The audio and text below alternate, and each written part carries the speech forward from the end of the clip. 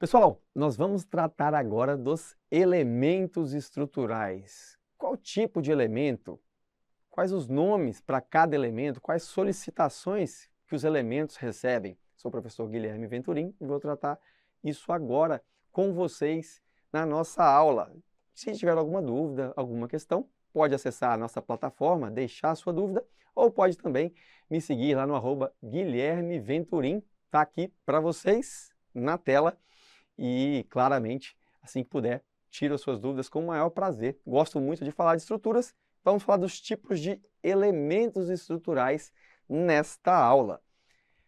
Bom, as estruturas elas podem ser idealizadas como a composição de elementos estruturais básicos. Elementos estruturais básicos, classificados e definidos de acordo com a sua forma geométrica e função estrutural. Então, os elementos estruturais, eu poderia falar elementos estruturais básicos. Quais são os elementos estruturais básicos? Bom, a gente vê claramente aqui uma estrutura um pouco mais complexa, com laje, viga, pilar e fundação, e que eu vou analisá-la através do quê? Dos seus elementos estruturais básicos. Então, eu divido essa estrutura aqui para fins de análise, de conta, de cálculo, ela é um pouco mais complexa, eu divido em laje, viga, pilar, fundação, tudo isso aqui para simplificar a nossa análise. E como que eu vou fazer essa divisão dos grandes grupos, né, para entender os elementos estruturais? Bom, a princípio eu vou ver a forma geométrica e a função estrutural que esse elemento apresenta.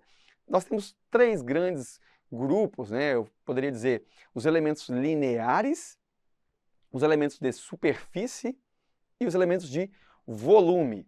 A própria norma, por exemplo, a NBR 6118, ela geralmente traz para a gente os elementos lineares e os elementos de superfície, mas a literatura ela complementa, ela fala, olha, além de lineares e de superfície, existem também os elementos de volume.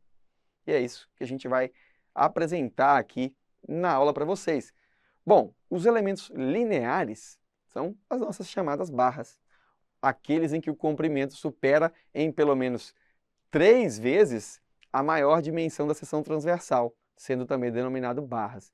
Essa definição de elemento linear, ou essa definição de barras, onde o comprimento ultrapassa em 3 vezes as demais dimensões, é uma definição que inclusive consta na NBR 6118. Para falar a verdade, são as barras, é aquilo que a gente mais aborda. Na verdade, creio que na graduação você tenha visto somente o dimensionamento. Claro que você vai ver laje lá, mas assim, laje, alvenaria estrutural, que são outros tipos, mas os elementos lineares são majoritariamente difundidos na análise estrutural, na resistência dos materiais. A gente aborda principalmente elementos lineares. E aí, quais são os principais? De forma bem resumida, a gente tem as vigas onde a flexão é preponderante. Eu não disse que flexão é o único esforço, é o único momento. Eu disse flexão preponderante, porque existe também força cortante, pode existir torção, pode existir esforço normal, embora, numa definição mais genérica, assim, se fosse para ser assertivo, majoritariamente flexão e cisalhamento devido à força cortante. Então, nas vigas, via de regra, nós temos momento fletor, e essa, a flexão, né, causada pelo momento fletor, e esforço cortante, principalmente quando ela recebe os esforços ali, uma viga, estamos falando de uma viga plana, né, numa estrutura plana. Ela pode ter compressão ou não, mas no conceito essencial assim, de vigas, ela não vai ter ali nem esforço normal e nem torção, se a gente pegar pela análise seca. Assim. Claro que existem alguns casos, vou mostrar para vocês das exceções, mas via de regra, momento e esforço cortante são preponderantes. A flexão é preponderante, mas existe, via de regra, momento e força cortante. Pilares, forças normais de compressão, são preponderantes. Tirantes, forças normais de tração, são preponderantes. Então, veja bem, aqui nos tirantes nós temos tração. Aqui, nos pilares, nós temos preponderantemente compressão.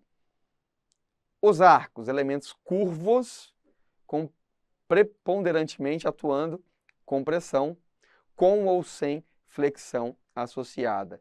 Então aqui, os arcos, né, então, desde a antiguidade, aquelas estruturas em arco. Por quê?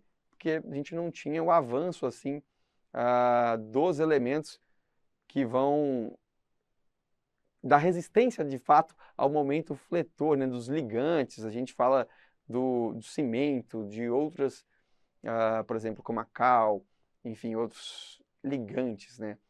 E a gente aplica aqui majoritariamente a compressão. Pode ter ou não ter flexão, mas antigamente a gente tem uma definição chamada linha de pressão, que é quando é uma forma do arco no qual não existe momento fletor. Uma forma do arco onde ele está submetido somente ao esforço de compressão. Então existe para uma determinada carga, para uma determinada vinculação, um desenho de arco tal que ele esteja submetido somente à compressão. E isso é legal, a gente vê em muitas estruturas antigas na forma de arco, exatamente pela preponderância da compressão, né? Bom, estruturas reticuladas, eu disse que são as estruturas que nós vamos tratar, que são essencialmente formadas por elementos lineares. Então, os elementos lineares formam as estruturas reticuladas, que são as estruturas formadas por barras, ou seja, são as estruturas formadas por elementos lineares, elementos com eixo definido. E os nós, ou seja, qual é a forma com que esses elementos eles são conectados através de nós. Então é aí que a gente vai ver as vigas, mas também vamos ver os pórticos, vamos ver as treliças, nós vamos ver os pilares, vamos ver que as grelhas, são todos elementos, são estruturas reticuladas formadas por elementos lineares, ou também chamados barras, nome mais simples que nós utilizamos. Agora, o que eu preciso saber, mas que o dimensionamento na análise estrutural nós não veremos, veremos dentro dos conceitos aplicados específicos. Por exemplo, na hora de estudar concreto, a gente pode também estudar as lajes e outros mecanismos de ruptura. Mas, na análise estrutural, que muito provavelmente, na verdade, que 100% das vezes vai ser cobrada em concurso, vai ser uma análise em cima dos elementos lineares, os elementos das barras, né, as estruturas reticuladas. Agora, eu preciso entender os conceitos dos elementos de superfície. Diferente dos lineares, aqueles de superfície são também chamados de laminares. Por quê? A gente tem uma dimensão, que via de regra é a sua espessura, muito pequena em relação às demais. Então, primeiro, elementos lineares, linha, barra, ou seja, comprimento muito maior do que as outras dimensões da seção transversal. Agora, elementos de superfície, lâminas, laminares, a gente tem a espessura muito menor do que as demais dimensões. Então, esses elementos vêm muito em prova para o conceito de a diferenciação entre placa, chapa, casca. Dentro da análise estrutural, a gente consegue definir, basicamente, as placas são ações, são as estruturas, né, os elementos de superfície sujeitos a ações normais ao seu plano, ações normais, ou seja, ortogonais, formam 90 graus aí com o seu plano, como, por exemplo, a laje. A laje está num plano e as ações são aplicadas de forma normal, formando 90 graus com o plano da laje. Então, como eu poderia dizer que as ações elas não estão no plano, estão fora do plano. Por isso, a placa tem essa definição. Chapa, as ações estão contidas no plano da estrutura. Diferente das placas, as chapas, como por exemplo as viga-parede, são elementos onde as ações estão contidas no plano. E é a única coisa que causa conflito, que causa um nó na cabeça do aluno. Quando que é placa, quando que é chapa. E a melhor forma é ter um exemplo. Placa. Placa tem LA de laje. Laje, então, tem as ações fora do seu plano. Chapa. Chapa tem PA de parede. Parede. Então, as chapas, um exemplo de chapa, parede. Assim você não erra mais. Então, a gente tem as plages e as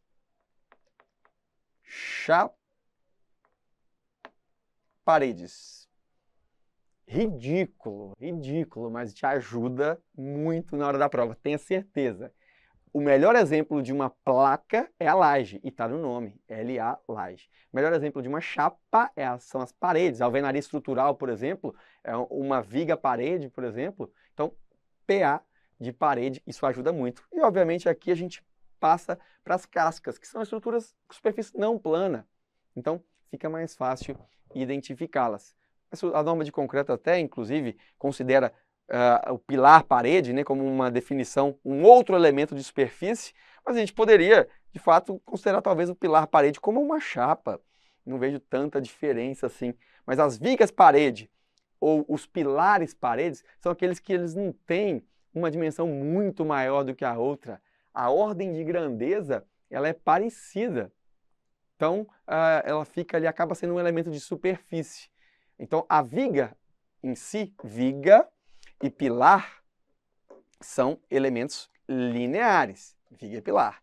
Viga parede e pilar parede tem um comportamento mais o quê? De chapa, né? Por isso viga parede, pilar parede já são elementos de superfície. Se vier uma questão perguntando isso, pelo amor de Deus, não erre na prova. A espessura é pequena em relação às demais faces. São os elementos de superfície. E por último, mas não menos importante, os elementos de volume. E aí, obviamente, as três dimensões possuem a mesma ordem de grandeza. Quais são os exemplos? Bloco de fundação, as sapatas isoladas. Então, assim, você não tem a dominância, a predominância de alguma dimensão. Por isso a gente fala elementos de volume. Então, fica claro os nossos três tipos de elementos. Elementos lineares, elementos de superfície ou laminares e elementos de volume. Bom, falamos dos elementos lineares e falamos que essencialmente o que mais é cobrado, disparado no universo, são estruturas reticuladas, ou seja, estruturas formadas por elementos lineares, que são o quê? Viga, pilar, tudo isso que nós já estamos falando aqui. Só que agora vamos ver um pouco mais a fundo as estruturas reticuladas, que serão, né, o nosso objeto de estudo. São formados por barras, que a gente já viu que são estruturas lineares, elementos lineares, na qual a dimensão é muito maior do que as demais, uma dimensão, e nós. Os nós, então, agora o conceito novo. Uma estrutura reticulada é formada por barras e nós. O nó é o quê? Nós. São ponto de encontro entre barras. Ou, inclusive, ponto de encontro de barras com apoios externos. Então, barras e nós formam estruturas reticuladas, a mais famosa delas. E é impossível falar a quantidade de nome que se tem para vigas. Nós vamos aqui as principais vigas da análise estrutural. Essas são as principais vigas da análise estrutural. Então, a gente tem a viga contínua, a viga inclinada, vou mostrar para vocês aqui, mas tem tanta viga, aí você começa a ver viga de rigidez, viga de fundação, viga de equilíbrio, viga vieira-endel, viga treliçada, viga vagão. Vou parar de falar por aqui. Tudo isso a gente vai ver no momento adequado. Dentro de análise estrutural, nós vamos ver as vigas que importam para a análise estrutural. As vigas que te ajudam a resolver questões de análise estrutural. Então, não é que as outras não são importantes, as outras não estão inseridas no contexto da análise estrutural. Geralmente, aliás, vigas são modelos estruturais cujas barras estão em um mesmo eixo, que pode ser um eixo linear, um eixo inclinado, um eixo curvo. Recebem cargas transversais ao seu eixo. Então, muitas das definições de viga falam que as cargas são sempre transversais, são sempre ortogonais ao eixo. Por isso que muita gente considera que as vigas não recebem esforços inclinados ou esforços horizontais. E daí é que não surgiriam os momentos, aliás, os esforços de compressão ou tração em vigas. Só que isso é válido para as vigas clássicas, né? Viga biapoiada com balanço, viga engastada com balanço, mas agora viga contínua. Agora, quando a gente começa as vigas isostáticas clássicas, né? Quando a gente começa a tratar de vigas inclinadas, opa, se eu tenho um carregamento numa viga inclinada, já começa a gerar um esforço de compressão. Se eu tenho uma viga curva, já começa a gerar um esforço de compressão. Uma viga coluna, essencialmente, obrigatoriamente, ela tem compressão aqui. É uma viga que tem um formato ali, uma estrutura que recebe forças ao longo do seu eixo e que faz aí compressão ou tração.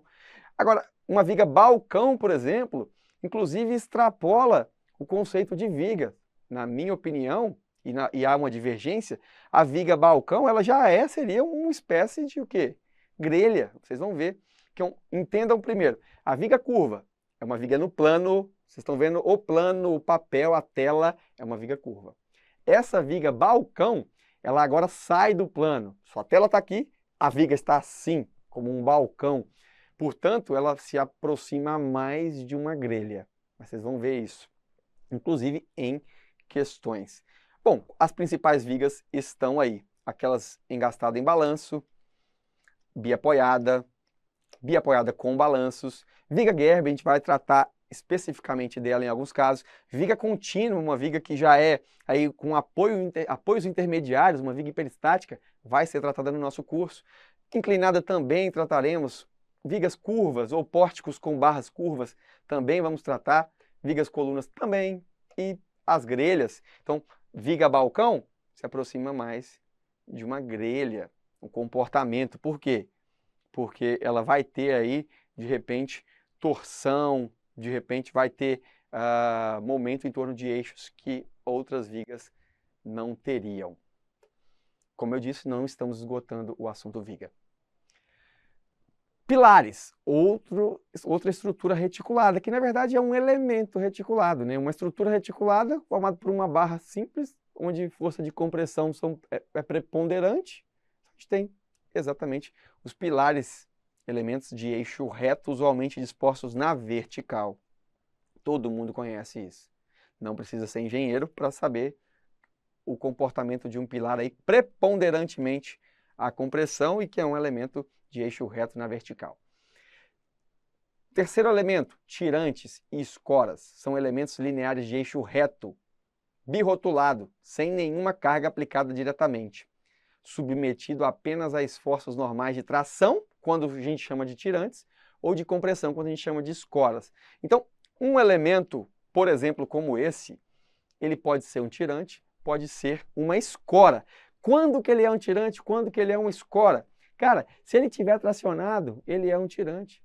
Se ele estiver comprimido, ele é uma escora. E não inventa moda. Agora, se eu falo que aquilo ali não tem rigidez da flexão, então ele pode funcionar como um tirante. Um cabo, se for um cabo, por exemplo, se for uma barra muito fina com uma rigidez desprezível e atuar somente a tração, um tirante. Mas via de regra, se esses elementos estão ali, eles podem ser, nesse caso ali, tracionado ou comprimido. Quando ele está tracionado, está trabalhando como um tirante. Quando ele está comprimido, está trabalhando como uma escora. Depende do comportamento desse elemento. Mas ele é birrotulado, isso quer dizer que ele só tem um esforço, o esforço axial. O esforço que entra ou sai dele, tração ou compressão, e nada mais que isso, ele é birrotulado. A mesma coisa das treliças, as barras das treliças são birrotuladas. Então ou tem tração ou tem compressão, não tem conversa, não tem momento, não tem cortante, não tem torção. Birrotulado. Então, tração ou compressão. Cabos. Muitas vezes a gente tem os cabos, inclusive, trabalhando ali como tirantes. São elementos atirantados com cabos, com cordoalhas. São cabos que eles, o quê? Eles atuam quando estão tracionados. Quando estão comprimidos, eles desaparecem, como se não existissem, porque eles não têm rigidez. Eles não têm rigidez da flexão. Então, eles simplesmente, quando tracionados, atuam, quando comprimidos, saem de cena. Esses são os nossos cabos, né?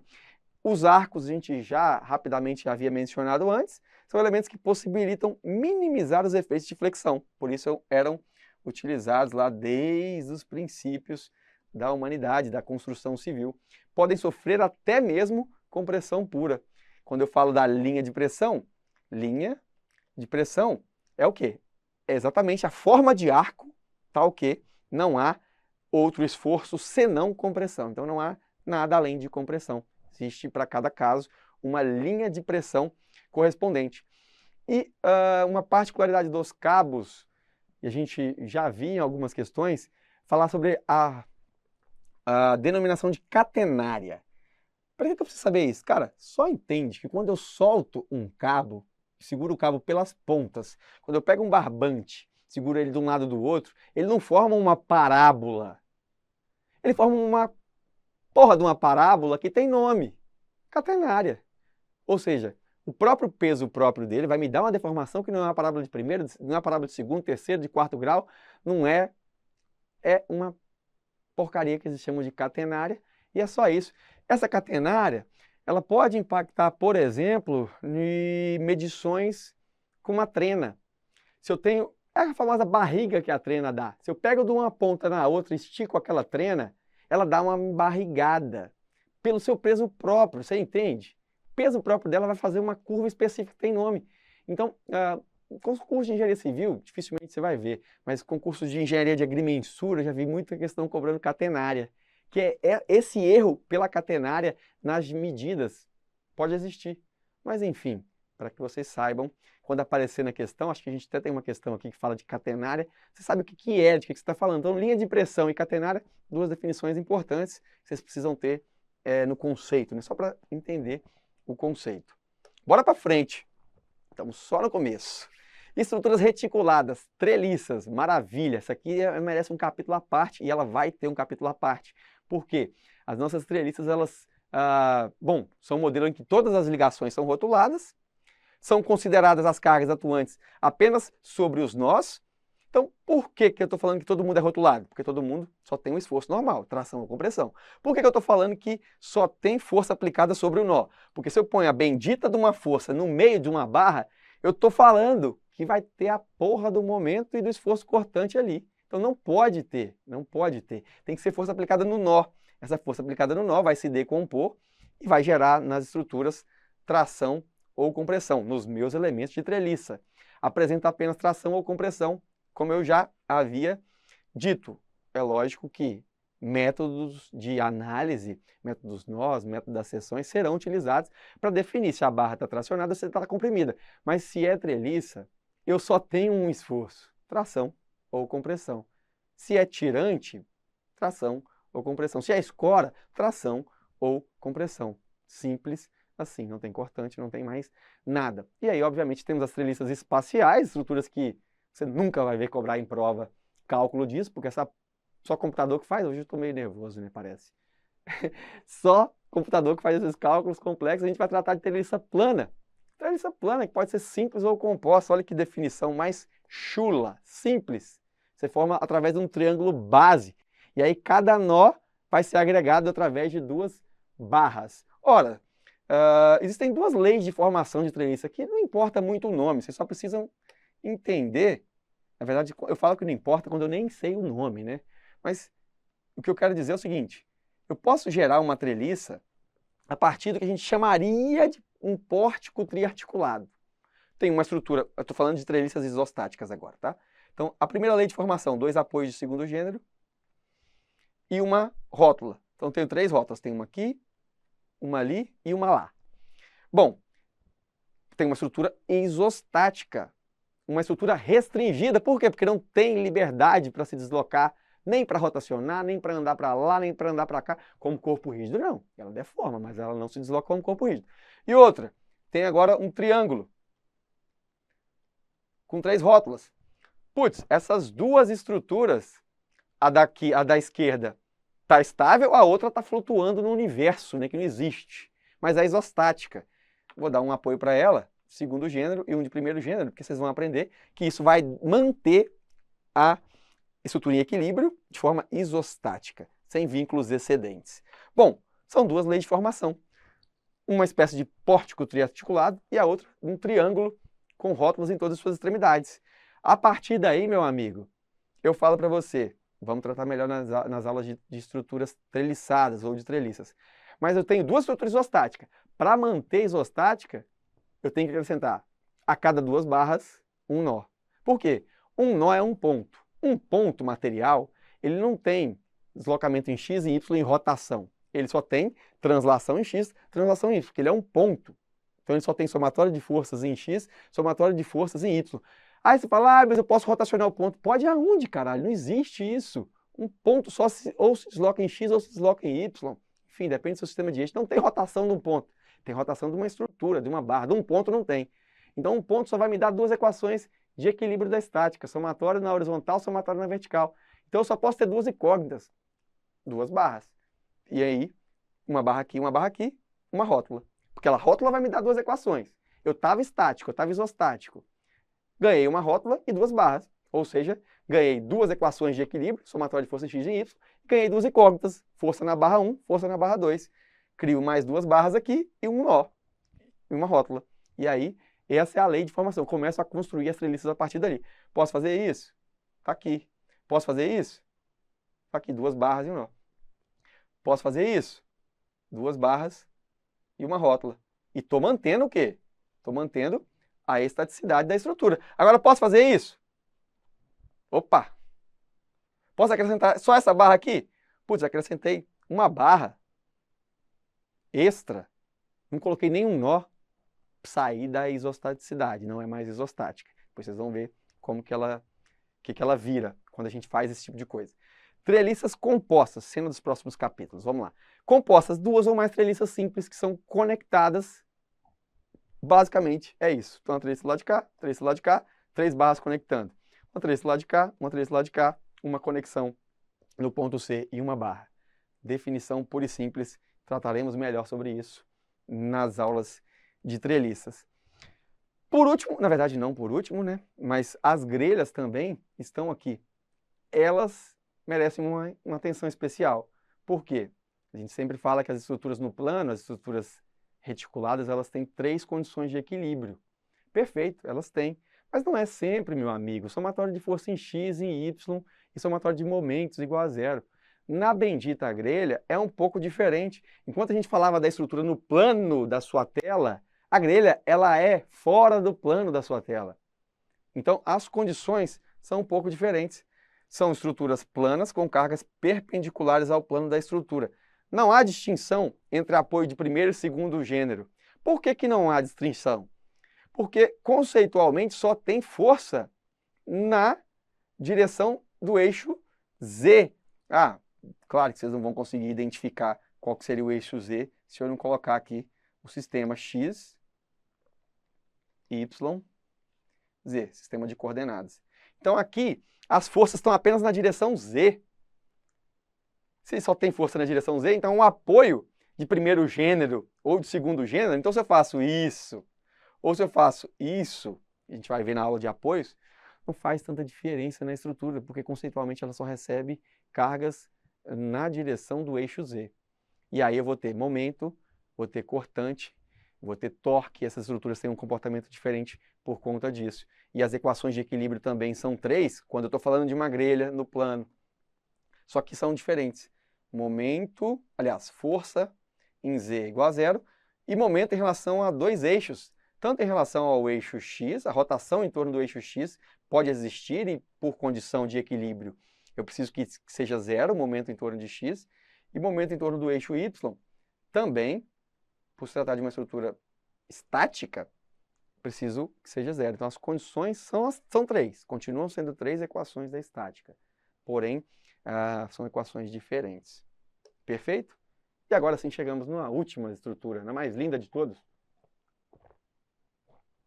nos nossos pórticos planos, que basicamente são formados aí por estruturas que eram pilares, com estruturas que eram barras, com às vezes entram estruturas que vinham de treliças, que são birrotuladas, que são escoras, que são tirantes, enfim, é uma composição um pouco mais elaborada. Mas estaticamente a gente tem três tipos de pórtico. O que seria o pórtico?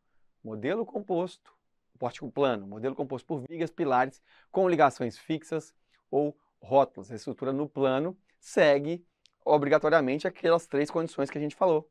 Somatória de força em x e y e somatória de momentos igual a zero. Com exceção da grelha, todo mundo vai ter essas condições aí para manter a estaticidade, para manter a estrutura restringida. Os três tipos mais comuns de pórticos são os famosos pórticos isostáticos, né? Que são os pórticos que nós mais calculamos, inclusive em questões de concurso. Pórtico biapoiado, um apoio de segundo, apoio de primeiro. Se você ainda não lembra ou não sabe o que é isso, calma, a gente tem uma aula específica sobre apoios. Engastado em balanço e triarticulado, duas articulações, aliás, dois apoios de segundo gênero com uma rótula. São três clássicos pórticos planos isostáticos. E os pórticos espaciais, modelo espacial onde cada ponto tem até, por quê? Porque depende do vínculo, né? Tem uns pontos que são restringidos por conta de engaste, por conta de apoio, mas até 3 componentes de deslocamento, 3 componentes de rotação. Então, cai nas estruturas espaciais comuns. Perfeito? Vamos resolver, então, aplicar algumas questões aqui. Questão da FCC. Não é a Fundação Copia e Cola, gente, é a Fundação Carlos Chagas. Vamos lá. FCC. Com relação à solicitação predominante, as barras podem receber denominações distintas, como tirantes, treliças, vigas ou pilares. Os tirantes são barras submetidas a, cara, falei, 10 vezes, 20 vezes, tração axial, ao longo do seu eixo.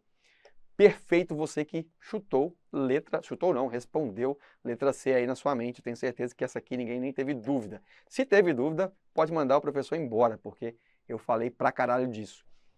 CESP-SEBRASP, queridíssima dos concurseiros, no que se refere à teoria das estruturas, julgue os itens subsecutivos. Vigas balcão são vigas curvas que não se enquadram no conceito estrutural das grelhas. Opa, parece que algum professor falou que essa viga balcão ela tinha um comportamento estrutural de grelha. Só tinha o nome de viga. Bom, vigas balcões são vigas curvas que não se enquadram no conceito? Errado. Eu acabei de falar que elas se enquadram no conceito. Quando a gente fala aqui de grelhas, são modelos planos com cargas perpendiculares, cargas em Z, lembra? Seria o nosso eixo Z aqui, subindo ou descendo. Caralho, esse botão não está me ajudando hoje. Vamos lá. Tô tentando escrever, deu uma travadinha aqui. Voltou. Beleza, gabarito errado. O carregamento é sempre perpendicular ao plano. Quando o carregamento é no plano, que aí já é o caso, por exemplo, das vigas, ó, o plano da minha viga é o plano da minha tela. É o plano que eu estou escrevendo nele aqui. Plano do papel. Opa, carregamento no plano. Carga distribuída no plano. Beleza.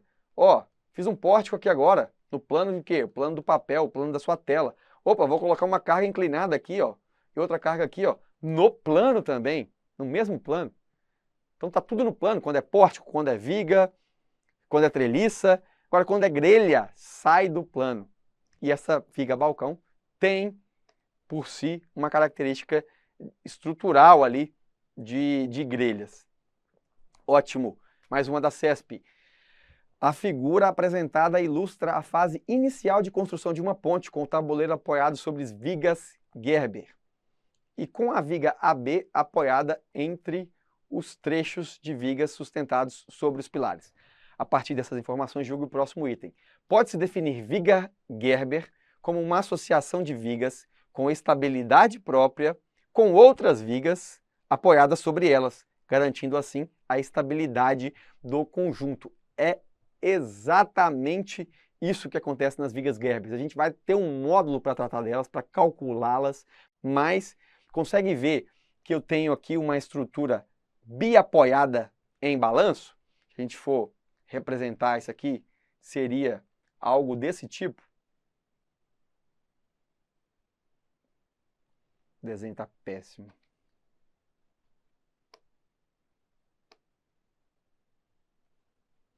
E do outro lado, a mesma coisa?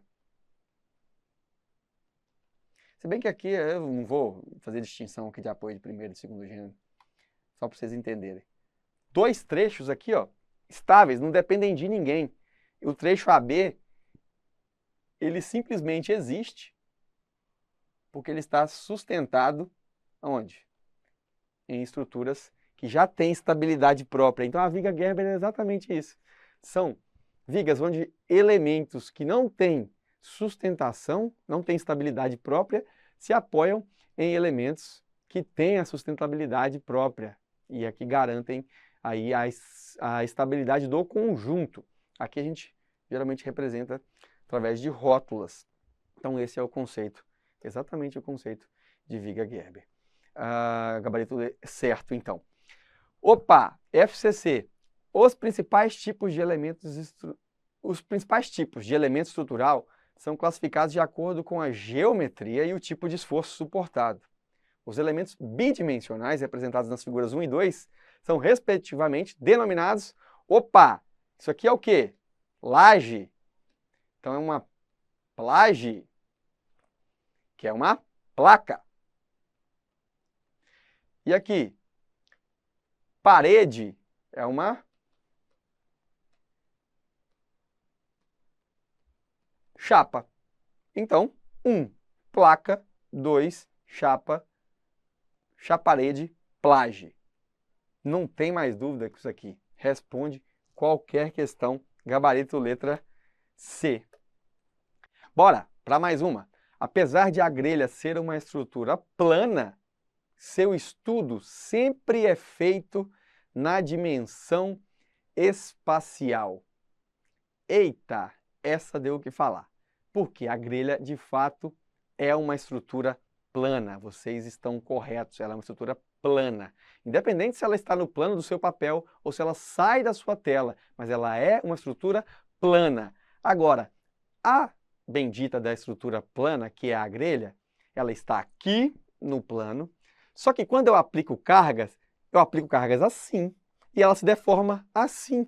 Ora, o plano dela é esse e ela se deforma assim. Caralho, ela tem a porra de um comportamento meio que tridimensional, uma dimensão espacial. Ah, Guilherme, mas o pórtico também tem isso. Vamos lá, uma viga também tem isso. Bom, a viga está aqui. Agora na sua tela. A carga está aqui, também na sua tela. E ela se desloca, se deforma, também na sua tela. É a porra de um comportamento no plano. Então, pórtico, treliça, viga, tem um comportamento no plano, mas a CESP foi na ferida e quis dizer que a grelha, apesar de ser uma estrutura plana, ela tem sempre o seu estudo feito na dimensão espacial. Por quê? Ela se deforma, se desloca, sofre cargas fora do seu plano. E aí vira uma coisa, um comportamento ali numa dimensão espacial. Eu não posso trabalhar somente no plano, coisa que eu poderia facilmente fazer se eu estivesse falando de um pórtico, por exemplo. Tem uma carga aqui, ele se desloca, ele se deforma. Beleza, se desloca, se deforma. Então ele fica assim, ó, depois de deformado. Sei lá como é que ele vai ficar. Mas é tudo no plano, diferentemente das grelhas, que não teriam esse comportamento. Elas se deformariam fora do plano. Por isso, o gabarito certo deu o que falar, porque a CESP considerou certo e eu também julgo que esteja certo, embora me faça refletir antes de responder. Não é uma questão assim tão direta. CESP e SEBRASP. Mais uma questão. O sistema estrutural na forma de grelha não está sujeito a esforço de torção, uma vez que a direção das cargas que atuam sobre eles é transversal ao seu plano. Ora, vamos lá. Vamos fazer aqui uma grelha. Eu tenho uma grelha. Pensa que isso aqui está entrando na sua tela. Tem uma força aplicada aqui. P. Tem uma força aplicada aqui. P. Cara, essa força P nessa barra... Vou até apagar essa daqui. Essa força P, deixa eu ver se eu consigo pegar uma outra cor de caneta aqui. É que a caneta não está ajudando a gente. Não vou mudar de cor, não. Essa barra aqui, ela está sofrendo o quê? Momento. Na hora que ela tende a descer, quando ela tende a girar nesse sentido, ela pega essa barra aqui, essa outra aqui, e faz um torque nela, porque agora ela vai tentar girar aquela outra barra, só que a outra barra está num eixo diferente. Então, causa torque. Então, falar que uma grelha não está sujeita a esforço de torção, tá sim. O gabarito aqui é errado. A gente vai ver quando estiver estudando o cálculo das grelhas, né, mais especificamente, mas ela está sim sujeita ao momento torsor, que na verdade é o momento em torno de um outro eixo. Então, tem às vezes momento em torno de X, momento em torno de Y. Ou muitas vezes a gente fala, torque. Torque é momento torsor, é um momento especial que gera uma torção na seção transversal. A gente vai ver isso quando estiver estudando esforços solicitantes. Na aula de esforços solicitantes, veremos a diferença entre momento fletor e momento torsor, qual é o efeito dessa diferença. Perfeito? Vamos lá. Mais uma questão. A NBR 6118 é uma norma aplicada a projeto de estruturas de concreto armado. Ao encontro disso, analise as afirmações presentes na referida norma, identifique as corretas. Número 1. Vigas são elementos lineares, perfeito, em que a flexão é preponderante. Certíssimo. Pilares são elementos lineares de eixo reto, usualmente dispostos na vertical, em que as forças normais de compressão são preponderantes. Exatamente a definição. 3. Cascas. Cascas são elementos de superfície. Sim, mas são de superfície não plana. Sim, também. Placas são elementos de superfície plana. Placas, vamos lá. Placas, lajes, são elementos de superfície plana, sujeitos principalmente a ações normais ao seu plano. Então, lembrando, placa, melhor exemplo, laje. Laje, o plano da laje está aqui, superfície plana, perfeito, sujeitos a principalmente ações normais, 90 graus com o plano. Ou seja, normais ao plano. É isso? Placa, laje. Portanto, também está correto. Gabarito, letra D. Mais uma questão. É usual utilizar nas estruturas de edifícios um elemento estrutural que recebe as cargas de um ou dois pilares, na verdade um ou mais pilares, e é dimensionado de modo a transmiti-las centrada às fundações. Assinale a alternativa que apresenta o elemento para o qual o enunciado se refere. Então aqui a gente está falando da construção, está falando de vigas, né? Obviamente, todas as vigas estão aqui. Um elemento estrutural que recebe cargas de um ou dois pilares e é dimensionado de modo a transmiti-las centrada às fundações. Não quero que vocês confundam, porque aqui a gente viu viga Gerber, a gente viu viga balcão, e essas outras vigas a gente não viu, mas eu falei exatamente no início que existem inúmeros tipos de viga. A gente vai ver cada um no momento adequado. Aqui a gente está falando de vigas, por exemplo, vigas de fundação. Por isso, esse gabarito aqui, viga alavanca ou de equilíbrio, essa viga ela não vai ser tratada aqui na análise estrutural. Quer saber o que é a viga alavanca ou uma viga de equilíbrio? É uma viga que vai impedir a rotação da sapata. Quando a sapata está desequilibrada, uma sapata de divisa, então a sapata na divisa, então ela não está, o pilar não está centrado nessa sapata. Olha aqui o exemplo, ó. Exatamente na divisa, a sapata só avança para o meu terreno e o pilar fica fora do centro. Fica fora do centro, gera o quê? Tem excentricidade na carga, tem momento. Opa, o momento tende a baixar um lado e subir o outro.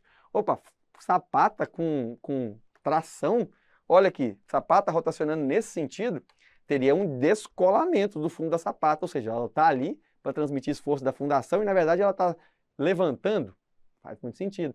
Para que isso seja equilibrado, eu pego uma viga, que é a viga de equilíbrio, uma viga alavanca, e conecto essa sapata numa outra sapata adjacente, de modo a redistribuir os esforços e compensar essa excentricidade causada pelo pilar, esse desequilíbrio. Então é utilizada essa viga de alavanca ou viga de equilíbrio para que a sapata consiga, de fato, ao invés de rotacionar e descolar toda essa parte do fundo, eu consigo, através dessa viga, fazer com que a sapata fique inteiramente apoiada na superfície do solo e aí sim exerça aquilo que a gente majoritariamente espera, né? Transmissão de cargas da estrutura para a fundação, né? Para o solo subjacente. Beleza, não quero que vocês confundam viga de alavanca ou viga de equilíbrio com viga baldrame. A questão nem trouxe isso, mas é porque muita gente confunde, na aula de fundações a gente vai falar, mas a viga baldrame ou viga de fundação, ela já vem num nível superior. Olha, as sapatas estão lá embaixo, então lá na sapata, se for necessário, for uma sapata de divisa, eu vou fazer uma viga de equilíbrio, uma viga alavanca, e no nível do terreno, eu vou ter a viga baldrame. Se minha sapata for extremamente superficial, extremamente rasa, a própria viga baldrame reforçada, armada para tal, vai atuar como uma viga alavanca. Só que, via de regra, a fundação está lá mais abaixo, mesmo sendo fundação superficial. Então, aqui embaixo a gente teria a viga alavanca, que é a viga que a gente acabou de ver, viga alavanca ou viga de equilíbrio. E em cima teremos, ao nível do solo, a baldrame, que ela faz o quê? O que a baldrame faz? Trava o arranjo de fundação, Ela vai ali para fazer esse entrave, todo esse travamento aqui do arranjo de fundação e serve para apoiar as paredes. Só que a baldrame é concretada no nível já do contrapiso, no nível da superfície. Já a outra viga, a viga de equilíbrio, lá no contato da sapata com o solo. Só para diferencinha básica. A questão trouxe essa viga de transferência ou viga de transposição. Eu nunca vi esse nome, na verdade. Eu acho que ele quis dizer viga de transição. Como eu disse, é um outro tipo de viga, não é tratado aqui, mas no dimensionamento, principalmente de edifícios, grandes edifícios, onde a base ali, os primeiros pavimentos, são edifícios que vão servir como garagem, né, os pavimentos garagem. O que acontece? Toda aquela estrutura, todo aquele paliteiro, todos aqueles pilares que nós tínhamos, eles não podem chegar até lá. Por quê? Senão fica aqueles infernos de garagem de apartamento, né? Que ninguém consegue manobrar com aquele monte de pilar. Então, via de regra, tem um monte de pilar lá em cima. Chega na garagem, opa, algum pilar vai ter que morrer ali, porque eu preciso dar espaço para o carro passar. E aí, alguns pilares continuam e outro pilar morre em cima de uma viga. Essa viga é a chamada viga de transição. De transição, cara, é uma baita de uma viga. Seção muito grande, carregadíssima de aço. Eu já vi viga de 1,20 m por 1,20 m, 1,5 m por 1,5 m, lotada de aço, porque ela pega o edifício, um pilar inteiro, e depois ela descarrega numa viga. Então uma viga de transição é uma viga que recebe um pilar ao longo do seu comprimento. Só para que vocês saibam qual é. E a última viga que o problema tratou aqui também é a viga faixa. Não é elemento de estudo aqui, mas são aquelas vigas que são mais largas do que alta. Via de regra, na resistência dos materiais, vocês vão ver que eu preciso otimizar a utilização do material. Preciso usar o material de maneira inteligente. Usar o material de maneira a aproveitar as propriedades que ele me dá. E aí, por isso, vigas são mais altas do que largas. Neste caso aqui, arquitetonicamente falando, esteticamente falando, ou por uma questão de projeto, enfim, por N motivos, a gente meio que deita a viga. Então, uma viga chata ou uma viga faixa, tá? Só para que vocês saibam o que é, não é elemento de estudo da análise estrutural. Basicamente é isso. Espero que vocês tenham entendido, gostado, conhecido os elementos estruturais e seus principais comportamentos.